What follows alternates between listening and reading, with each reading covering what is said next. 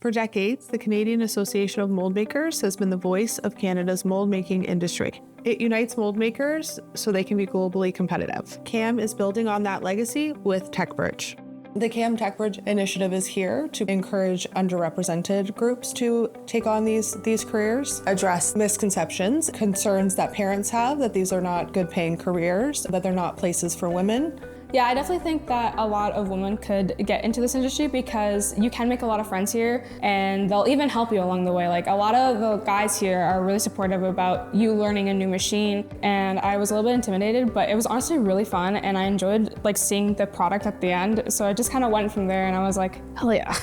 Originally, I started off as like a co-op kid through high school and kind of fell in love with it. And then Megatel offered me a position here as a millwright apprentice. So I was like, okay, let's see where it leads. And I've been here for almost 8 months now. Anything that goes down on any machine, they call us in and we can help support with fixing or repairing. Even if it comes down to it, we also sell new machines. And I've kind of fallen in love with what I kind of do now. It's a great job. I was in the supply chain for the mold making industry. So it was all done by hand, and I watched the metamorphosis as it went, and CNC became part of it. So now we could computerize cut, but we still had to have people doing the machining, and in the last decade where it's moved now to an engineering function. There is a lot of change in this industry, like especially in the machining world. Everybody wants to do something crazier than the last person did, right? We are a high-tech industry.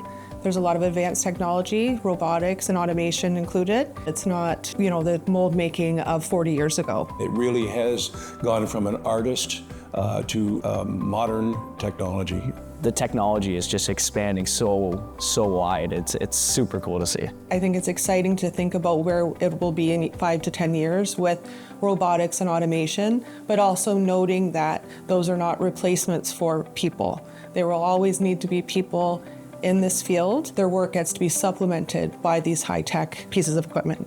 I was gonna be a music teacher. I was talking to my music teacher. He had said to me, I love that you want to get into music, but when you make music a job, that's exactly what it becomes. So I took that to heart, but also at the same time, a lot of funding started going actually to trade programs. I decided, okay, what am I gonna do? And my wife, she said, just open the St. Clair book, pick something. It's Windsor, you'll get a job. And I just opened it and started my journey in electrical at St. Clair. I loved it. It was like, holy cow, why am I not doing this stuff? I've done quite a few events with CAMM, reaching out to the youth and talking to young kids, wondering like, hey, why should we do this? What should we do? We are a huge provider in the mold industry, especially Windsor, Essex County. There's not many else that do the mold as well or as fast as we do here. When you start saying like, yeah, you can be part of that. You can be part of making those cool things that you see every day.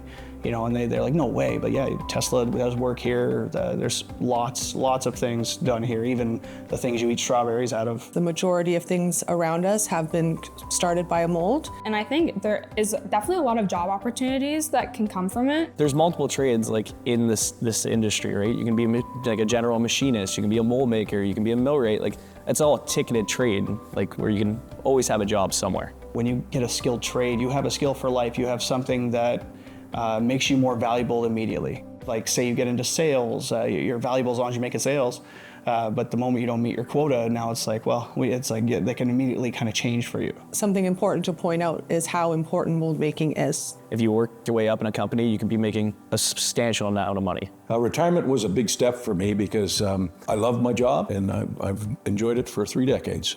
So for employers, it's important that they take on apprentices, and how we're addressing that is by offering train the trainer workshops for free and wage subsidies. And then for educators, it's providing them with the tools that they need to promote these careers to the younger generations. I would definitely tell the young people to at least give it a try, take the step into it and try and see if you like it, because you never know. It can actually be really, really fun to do, which is exactly what I did. I'd definitely give it a try. It is a very, very, very cool job. It's amazing what the mold industry actually does.